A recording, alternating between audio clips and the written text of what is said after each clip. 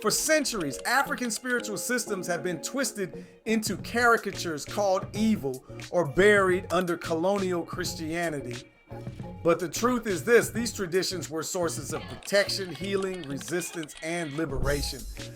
From Vodun and Hoodoo to Ifa and Obeah, our ancestors weren't practicing dark magic. They were preserving culture, surviving enslavement, and fighting back. If you've only heard about these systems through Hollywood or horror stories, it's time to reclaim the truth. 1. Vodun isn't voodoo dolls. It's divine order from West Africa. Western media made Vodun look like superstition and sorcery, but it's actually a deeply structured, ancestral-based belief system rooted in reverence for nature, balance, and spirit. It was never about zombies. It was about surviving colonization with soul intact. 2. Hoodoo was a weapon of survival in the U.S., born from African roots and reshaped through slavery. Hoodoo was our ancestors' underground toolkit. From root work and protection rituals to coded prayers and candles, it kept us spiritually fortified when churches were weaponized against us. 3. Obeah was the Caribbean secret weapon of resistance. Colonizers outlawed it because it worked. Obeah was a spiritual system that empowered enslaved Africans in the Caribbean to resist, rebel, and retain connection to ancestral strength. Fear of Obeah wasn't about morality, it was about power. 4. Ifa and the Orisha traditions still thrive. Despite centuries of demonization, Yoruba traditions like Ifa and Orisha worship have survived and thrived in Nigeria, Cuba, Brazil, and beyond. These systems are not dead relics. They are living, breathing spiritual lineages, still guiding millions today. 5. Haitian Vodou sparked the first successful slave rebellion. The Haitian Revolution, the only successful slave revolt in history, began with a Vodou ceremony at Bois Cayima. That's not a coincidence.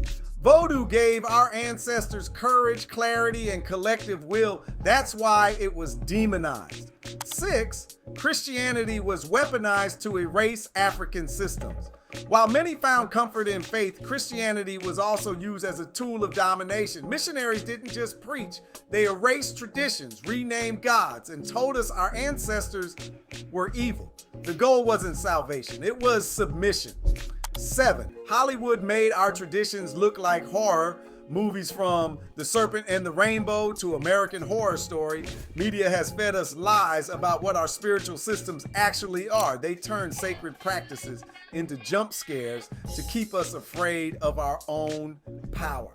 8. Black churches silently carry these traditions forward.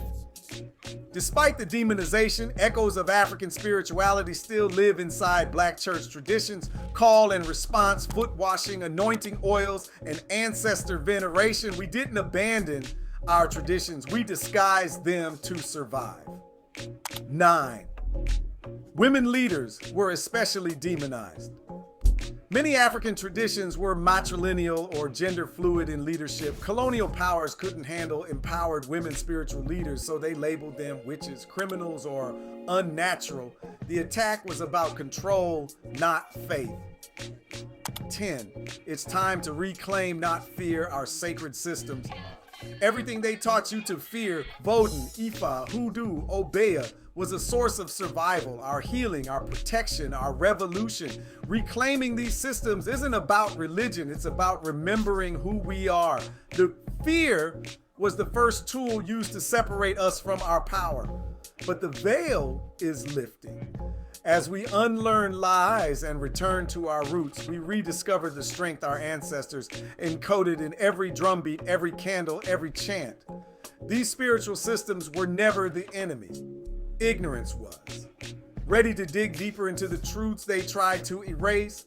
Get your copy of 50 Truths They Tried to Erase and take your family on a journey through the real history, culture, and power they tried to bury.